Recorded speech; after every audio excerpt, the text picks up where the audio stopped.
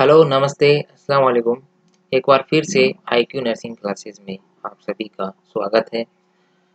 आज मैं आपको पढ़ाने जाऊंगा सीएचओ की तैयारी के लिए कुछ एमसीक्यू क्वेश्चंस जो कि वेरी वेरी इंपॉर्टेंट है सीएचओ के एग्ज़ाम के लिए। तो उसमें कम्युनिटी के सब्जेक्ट में से न्यूट्रिशन का और कम्युनिटी का मिक्स में सब्जेक्ट है, उसमें से कुछ क्वेश्चंस हैं जो आपको मैं पढ़ाऊंगा। सीएचओ में आने वाली कंपटीशन एग्ज़ाम में बहुत ज़्यादा इम्पोर्टेंट है। तो सबसे पहला फर्स्ट क्वेश्चन है कि माइक्रोन्यूट्रिएंट्स इन्वॉल्व। माइक्रोन्यूट्रिएंट्स है वो माइक्रोन्यूट्रिएंट्स है वो इन्वॉल्व है। माइक्रोन्यूट्रिएंट्स क्या होते हैं? एक होते हैं माइक्रोन्यूट्रिएंट्स और एक होते हैं मैक्रोन्यूट्रिएंट्स। तो इसके अंदर प्रोटीन, ए ऑप्शन है प्रोटीन, बी ऑप्शन है फैट, सी ऑप्शन है कार्बोहाइड्रेट, डी ऑप्शन है ऑल ऑफ दीज। तो इसके अंदर कौन सा राइट होगा?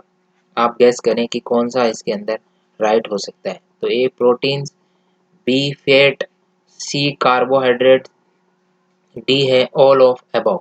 तो ऑल ऑफ अबव इसके अंदर राइट होगा। ऑल ऑफ द अबव इसके अंदर राइट होगा, क्योंकि मैक्रोन्यूट्रिएंट्स होते हैं वो प्रोटीन भी होता है, फैट भी होता है और कार्बोहाइड्रेट भी होता है। एक होता है मैक्रोन्यूट्रिएंट्स और एक होता है माइक्रोन्यूट्रिएंट्स। माइक्रो एक होता है मैक्रोन्यूट्रिएंट्स और एक होता है माइक्रोन्यूट्रिएंट्स। एक मिनट। तो एक होता है मैक्रो और एक होता है माइक्रोन्यूट्रिएंट्स।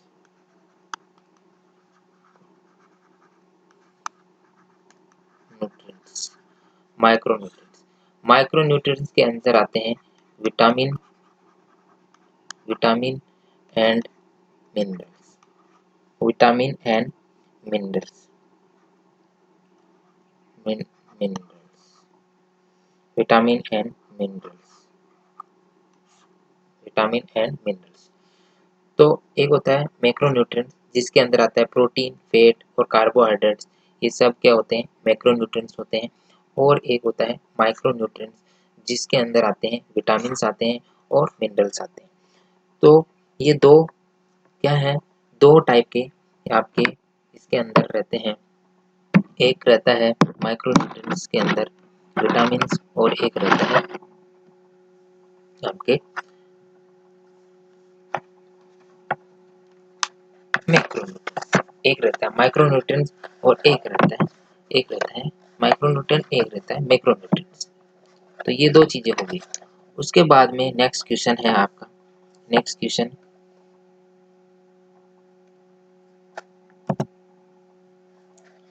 नेक्स्ट क्वेश्चन है आपका।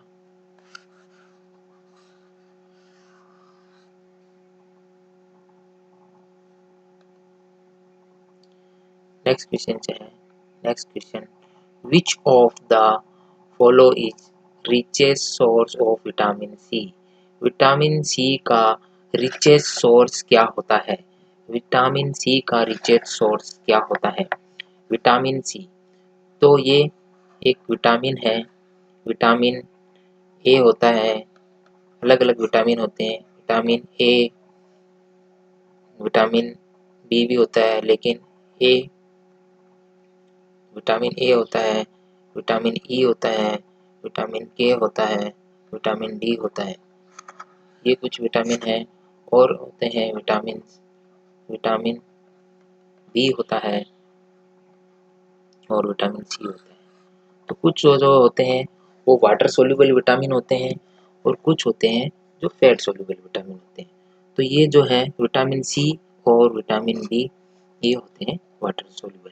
तो इसके अंदर आप सभी बताएंगे इसके अंदर आंसर क्या हो सकता है। तो इसके अंदर विटामिन सी का रिचेस्ट सोर्सेस क्या है? रिचेस्ट सोर्स मतलब सबसे ज़्यादा सोर्स विटामिन सी किस में पाया जाता है? आंवला में पाया जाता है, एप्पल में पाया जाता है, गवावा में पाया जाता है और डी ऑप्शन है कि ऑरेंज में पाया जाता है। तो जो इसका राइट आंसर क्या होगा आपके हिसाब से? तो विटामिन सी को एक और अदर नाम से भी जानते हैं, वो उसका नाम है ascorbic acid. Ascorbic acid, ascorbic acid के नाम से भी विटामिन सी को जानते हैं। तो एस्कॉर्बिक एसिड हो गया, एस्कॉर्बिक एसिड, एस्कॉर्बिक एसिड यहाँ पे सी है, एस्कॉर्बिक एसिड को भी विटामिन सी के नाम से जाने जाता है। और ये जो होता है ये वाटर सोल्यूबल होते हैं, water soluble, water soluble vitamin होते हैं, water soluble vitamin, water soluble vitamin होते हैं। और विटामिन सी जो है उसका मेन काम होता है वुंड हीलिंग के अंदर, वुंड हीलिंग के अंदर,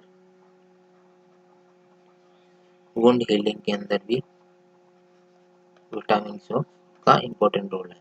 तो विटामिन सी को वाटर सोल्यूबल विटामिन के नाम से भी जाने जाता है। इसका अदर नेम है एस्कॉर्बिक एसिड, एस्कॉर्बिक एसिड के नाम से भी जाना जाता है। ये जो विटामिन होते हैं वो वाटर सोल्यूबल विटामिन होते हैं और इनका मेन जो फंक्शन होता है बॉडी के अंदर, ये वुंड हीलिंग और इन्फेक्शन कंट्रोल के अंदर, वुंड हीलिंग और infection control, also is infection, infection control, control के अंदर भी ये मेन रोल निभाते हैं।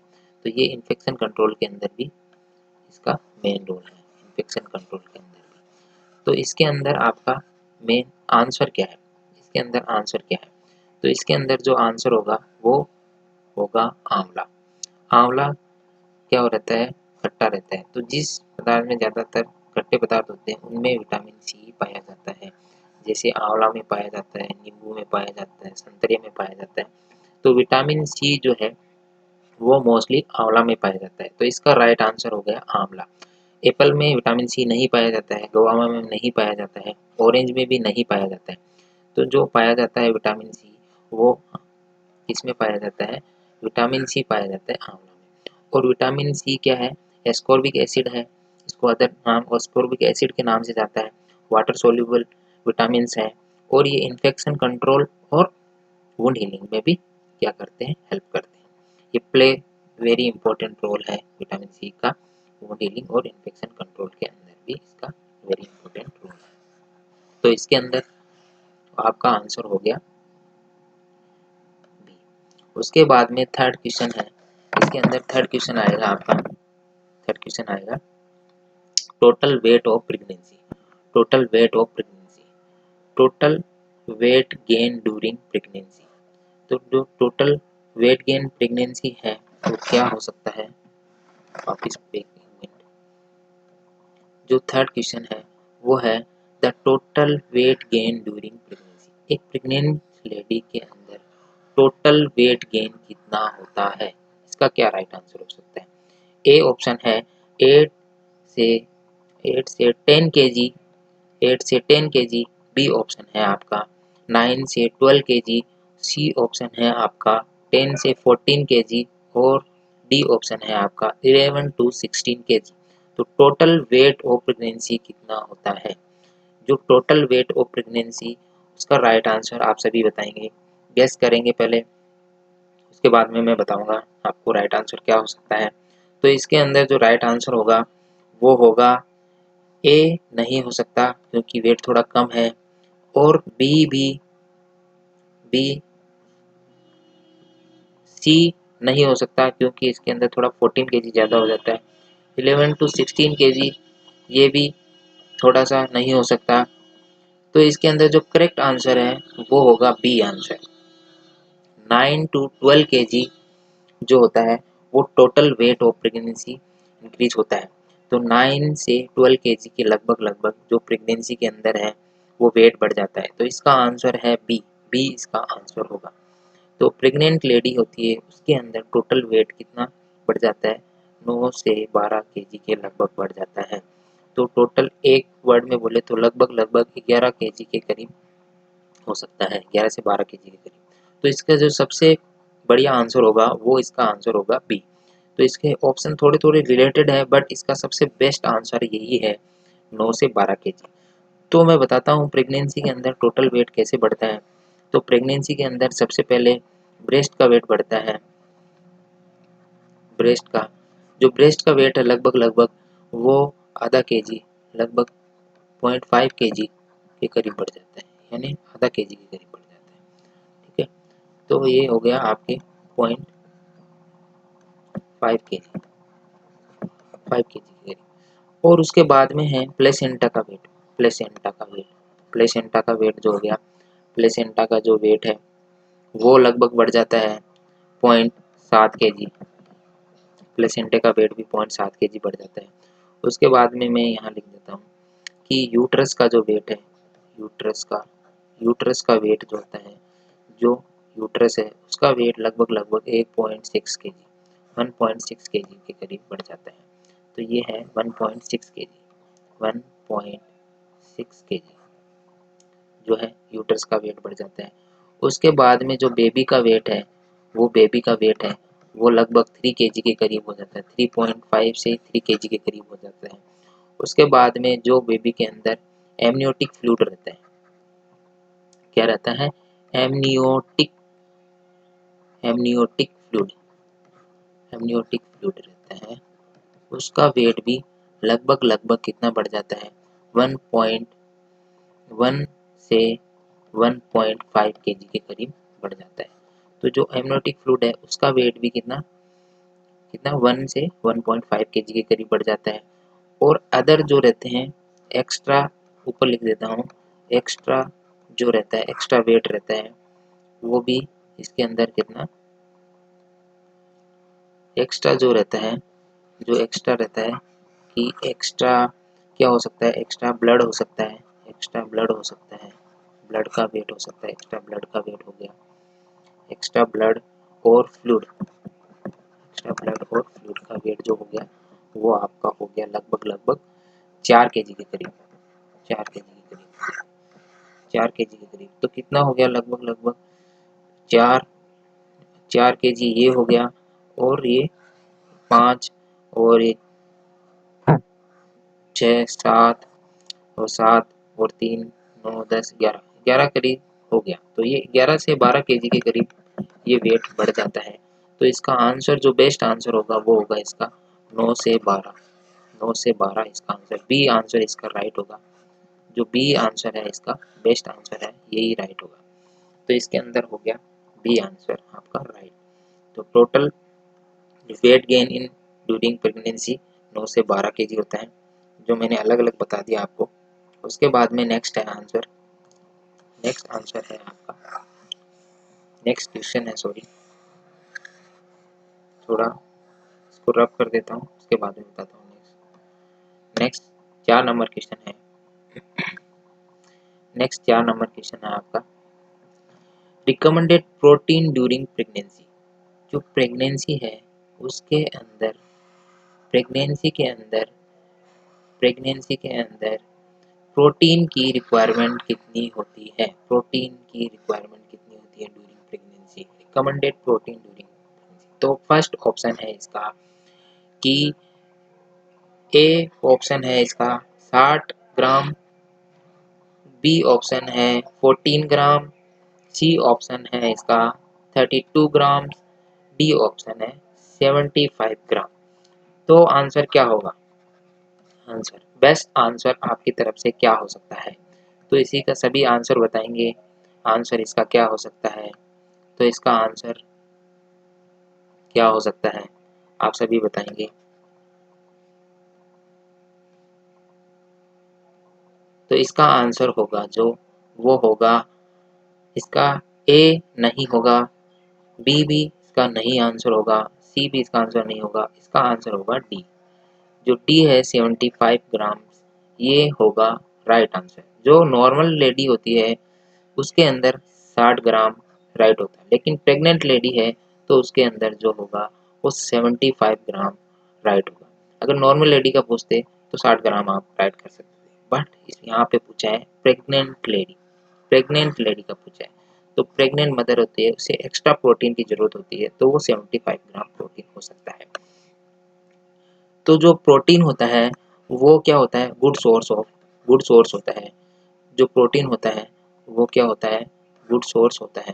प्रोटीन किस चीज़ का, good source of pregnancy during baby growth. Baby की ग्रोथ के लिए,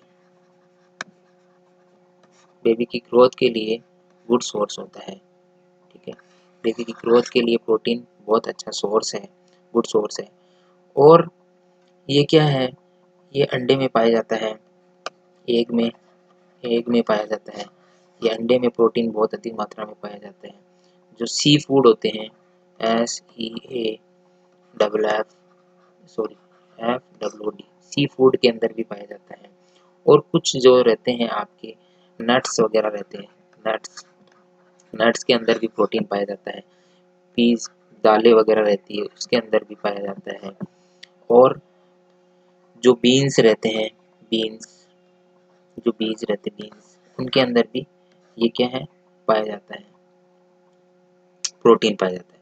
तो वो बेबी की ग्रोथ के लिए वेरी इंपॉर्टेंट है, गुड सोर्स है। तो आप सभी को बताते हैं इसका जो राइट आंसर है वो बी होगा। इसका राइट आंसर, इसका आंसर राइट होगा बी। सभी स्टूडेंट दोस्तों से रिक्वेस्ट है कि चैनल को ज़्यादा से ज़्यादा क्या करें, लाइक करें, सब्सक्राइब करें और शेयर करें और बेल आइकन को ज़रूर दबाएं कि नेक्स्ट क्लास में मैं आपको CHO की स्पेशल तैयारी के लिए मैं आपको वेरी इंपॉर्टेंट क्वेश्चन बताऊंगा जो एग्ज़ाम में बहुत इंपॉर्टेंट है, वो आ सकते हैं। ठीक है, एग्ज़ाम में से रिलेटेड वेरी इंपॉर्टेंट क्वेश्चन है जो CHO के अंदर आ सकते हैं। CHO के अंदर ऐसे इजी क्वेश्चन ही पूछते हैं, इतना टफ क्वेश्चन नहीं पूछते हैं, और वो बहुत ही ज़्यादा इजी होते हैं। और एक बार आप अगर उन्हें पढ़ लोगे तो ज़रूर आपका सिलेक्शन हो सकता है। तो इसके अंदर 5th नंबर क्वेश्चन है, जो 5वां नंबर क्वेश्चन है, 5th नंबर क्वेश्चन वो है आपका, द कॉम्प्लीमेंट्री फीडिंग इन्वॉल्व। जो कॉम्प्लीमेंट्री फीडिंग होती है वो कब इन्वॉल्व करनी चाहिए। जो कॉम्प्लीमेंट्री फीडिंग जो होती है वो टाइमली देनी चाहिए, एडिक्वेट देनी चाहिए, एक्टिव देनी चाहिए, या ऑल एबव। इसके अंदर जो राइट आंसर है वो क्या हो सकता है। तो इसके अंदर जो राइट आंसर है आप सभी बताएंगे इसके अंदर क्या होना चाहिए। ए है टाइमली, बी है इसका एडुकेट, सी है इसका एक्टिव फीडिंग्स। आप सभी बताएंगे कि इसके अंदर क्या होगा। तो इसके अंदर जो आंसर होगा वो होगा राइट आंसर आपका डी। डी इसके अंदर राइट आंसर होगा। डी का मतलब यहाँ है ऑल ऑफ अबव, यानी सभी इसके अंदर।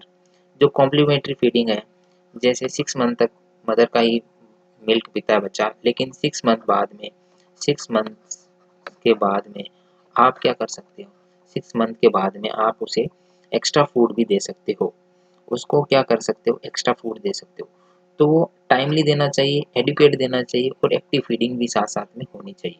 तो कॉम्प्लीमेंट्री फीडिंग 6 मंथ में स्टार्ट हो जाती है, आफ्टर 6 मंथ के बाद में स्टार्ट हो जाती है। और इसका मतलब हो गया, कॉम्प्लीमेंट्री फीडिंग का मतलब यहाँ हो गया अदर फूड। जो अदर फूड है, मतलब अदर फूड क्या हो सकते हैं, अदर फूड जो है वो कॉम्प्लीमेंट्री फूड है। अदर फूड्स के अंदर जो बच्चे को ज़रूरत के हिसाब से दिए जाते हैं, ब्रेस्ट मिल्क के अलावा। ब्रेस्ट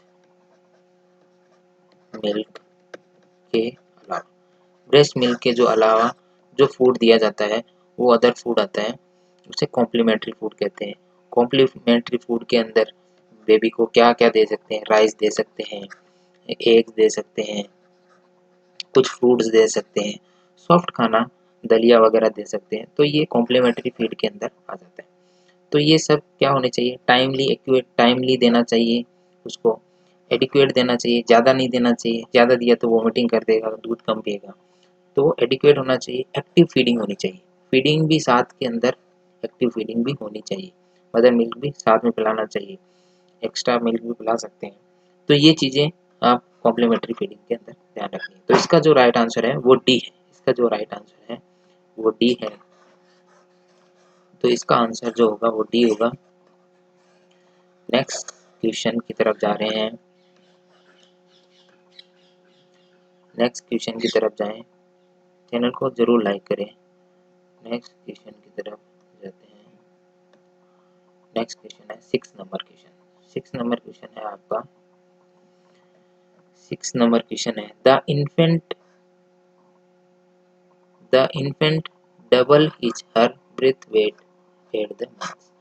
जो इन्फेंट का वेट है, जो इन्फेंट का वेट है, जो बेबी जन्म होता है उसका वेट है, उसका डबल, वो उसका वेट डबल कब हो जाता है? इन्फेंट का वेट डबल कब हो जाता है लगभग, ये क्वेश्चन है कि इन्फेंट का जो वेट है वो लगभग डबल कब हो जाता है। तो इसके अंदर ए ऑप्शन है आपका 5 मंथ, बी ऑप्शन है 6 मंथ, सी ऑप्शन है 7 मंथ, डी ऑप्शन है आपका 8 मंथ। तो 8 अलग अलग ऑप्शन है। तो इसके अंदर फर्स्ट ऑप्शन सभी अपना बेस्ट आंसर बताएं। तो इसके अंदर फर्स्ट ऑप्शन है 5 मंथ, बी ऑप्शन है 6 मंथ, सी ऑप्शन है 7 मंथ और डी ऑप्शन है 8 मंथ। तो बेबी का वेट होता है, जब बेबी का जन्म होता है तो उसका वेट होता है लगभग 2.5 केजी से लगभग 3.5 केजी के लगभग वेट होता है, नॉर्मल वेट होता है, नॉर्मल वेट होता है, नॉर्मल वेट। उसके बाद में जो वेट होता है वो धीरे धीरे इंक्रीज होता जाता है। तो जो वेट है वो लगभग जो होता है, जो 5 मंथ, जो इसका जो राइट आंसर होगा 6 मंथ नहीं होगा, इसका जो राइट आंसर होगा 7 मंथ भी नहीं होगा, 8 मंथ भी नहीं होगा, इसका जो राइट आंसर होगा वो होगा आपका 5 मंथ्स। 5 मंथ इसका जो राइट आंसर होगा वो होगा 5 मंथ्स। 5 मंथ्स जो बेस्ट आंसर है इसका 5 मंथ्स होगा। 6 अगर 5 मंथ ऑप्शन में नहीं आता है, अगर 6 मंथ आता है तो आप उसे 6 मंथ चूज कर सकते हो, लेकिन अगर 5 मंथ आता है तो बेस्ट इसका ऑप्शन है वो 5 मंथ होगा और नेक्स्ट जो ऑप्शन है वो 6 मंथ हो सकता है। अगर 5 नहीं आता है, अगर यहाँ पे 4 पूछ लिया है और 6 ऑप्शन आया, 7 8 ये ऑप्शन है, तो इसमें भी आंसर होगा। लेकिन अगर 5 पूछा है तो बेस्ट आंसर इसका 5 मंथ ही होगा। तो 5 मंथ के अंदर लगभग 5 महीने में जो 5 मंथ है उसमें उसका बेबी का वेट लगभग डबल हो जाता है। देखिए जैसे बेबी का वेट है अगर 3 केजी का, 3 केजी का बच्चा जन्म हुआ है तो उसका वेट जो है 5 मंथ में उसका वेट हो जाएगा लगभग 0 मंथ में उसका वेट, मतलब जन्म हुआ तब उसका वेट बेबी का 3 केजी था और जब 5 मंथ हुए तो उसका वेट हो जाएगा लगभग 6 केजी, 6 केजी के करीब बढ़ जाएगा। और जब बेबी का 1 साल का हो जाएगा, 1 ईयर का हो जाएगा तब उसका वेट हो जाएगा 9 केजी। अगर क्वेश्चन में ये पूछे कि बेबी का वेट ट्रिपल कब हो जाता है, डबल की जगह 3 गुना पूछे, ट्रिपल पूछे, तो उसका आंसर होगा ये, उसका आंसर होगा 1 साल में लगभग ट्रिपल हो जाता है, यानी 3 गुना हो जाता है, ट्रिपल हो जाता है। जो बेबी का वेट है वो 3 गुना हो जाता है, ट्रिपल हो जाता है। कब हो जाता है? 1 साल के अंदर बेबी का वेट हो जाता है ट्रिपल। तो आई होप ये सबको समझ में आ गया होगा। इसका आंसर होगा ए, 5 मंथ्स। सभी चैनल को ज़्यादा से ज़्यादा शेयर करें। सीएचओ के लिए डेली क्लास होगी जो वेरी इंपॉर्टेंट क्वेश्चन है, सीएचओ के एग्जाम में मोस्टली ये पूछे जाते हैं। नेक्स्ट क्वेश्चन है आपका मसल्स। नेक्स्ट क्वेश्चन है आपका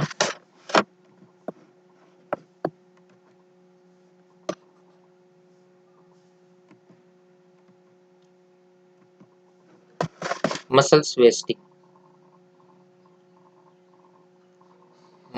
wasting in marasmus start from. तो इसका ए आंसर हो, इसका जो है आंसर क्या होगा?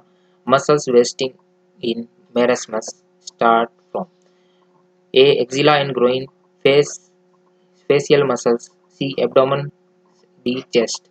तो इसके अंदर क्या आंसर होगा? सबसे पहले आपको पता होना चाहिए मेरस्मस क्या होता है। मेरस्मस होता है, मेरस्मस क्या होता है?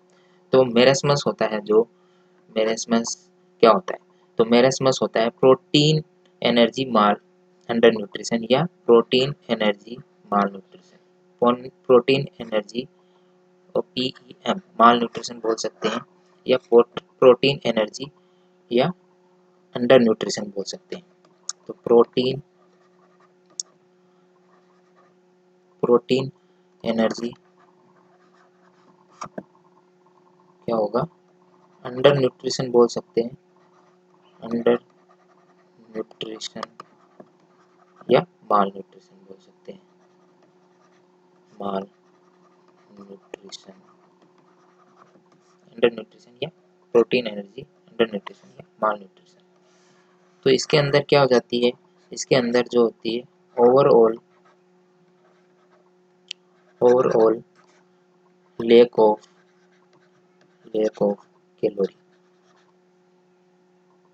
कैलोरीज, जो कैलोरीज होती है वो ओवरऑल लेक हो जाती है, कम हो जाती है, जिसके कारण क्या हो जाता है, प्रोटीन एनर्जी माल न्यूट्रिशन हो सकता है। तो ये मैरास्मस के अंदर प्रोटीन की कमी हो जाती है, ओवरऑल उसकी कैलोरी लो हो जाती है, तो इसके कारण वो क्या हो जाता है, उसका फेट लॉस हो जाता है, उसके अंदर माइक्रो न्यूट्रिएंट्स होते हैं, उनकी क्या हो जाती है, डेफिशिएंसी हो जाती है, जो मैक्रो न्यूट्रिएंट्स है। तो मैक्रो न्यूट्रिएंट्स मैंने स्टार्ट में बताया था, मैक्रो न्यूट्रिएंट्स क्या होते हैं, कार्बोहाइड्रेट होता है, फैट होता है, प्रोटीन्स होता है, तो ये मैक्रो न्यूट्रिएंट्स होते हैं। तो इसके अंदर जो बेस्ट आंसर होगा वो होगा आपका ए, जो ए है वो इसका आंसर होगा। एक्जिला और ग्रोइन के अंदर जो है मसल्स वेस्टिंग होती है, एक्जिला और ग्रोइन के अंदर मैरास्मस के अंदर क्या हो जाती है, मसल वेस्टिंग होती है। तो इसका आंसर बी नहीं होगा, सी भी नहीं होगा और डी भी नहीं होगा। तो इसके अंदर जो बेस्ट आंसर होगा वो होगा एक्जिला एंड ग्रोइन। ठीक है, अभी नेक्स्ट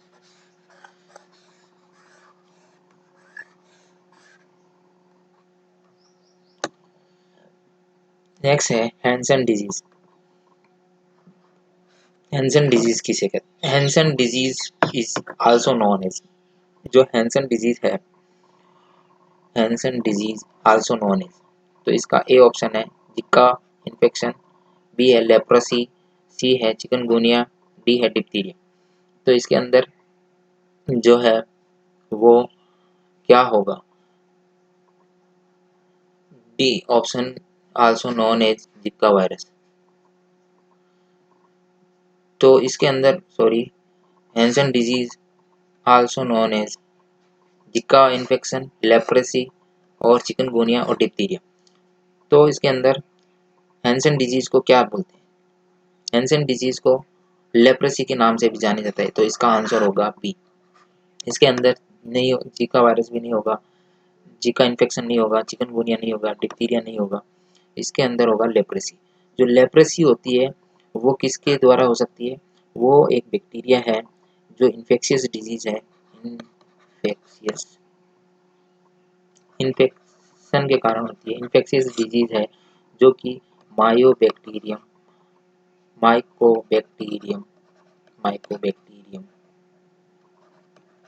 माइकोबैक्टीरियम माइकोबैक्टीरियम लेप्राई के कारण होती है। माइकोबैक्टीरियम लेप्राई के कारण होती है। माइकोबैक्टीरियम लेप्राई जो है उसके कारण, उस बैक्टीरिया के कारण ये इन्फेक्शन हो जाता है, जिसके कारण ये मेनली स्किन स्किन आई स्किन आई नोज नोज और पेरिफेरल नर्व, इसके बाद इस पे अफेक्ट करता है। इसके कारण स्किन लीजन हो सकते हैं, नर्व डैमेज हो सकती है, स्किन क्या हो जाती है, स्किन पर लीजन हो जाते हैं, नर्व डैमेज हो जाते हैं, नर्व डैमेज हो जाते हैं, स्किन लीजन और नर्व डैमेज हो जाते हैं, डैमेज हो जाते हैं। तो आगे हम यही सब्जेक्ट हम आगे बढ़ते रहेंगे। Thank you so much. ज़्यादा से ज़्यादा चैनल को लाइक करें, सब्सक्राइब करें। Thank you so much. ज़्यादा से ज़्यादा चैनल को लाइक करें और CHO की क्लास देखने के लिए अगर आपको कुछ भी प्रॉब्लम हो तो कमेंट कर सकते हैं। तो इसके आंसर था लेप्रोसी, इसका जो राइट आंसर है वो लेप्रोसी है। और CHO की नेक्स्ट क्लास देने के लिए ज़्यादा से ज़्यादा चैनल को लाइक करें और चैनल को सब्सक्राइब करें और शेयर करें। Thank you so much.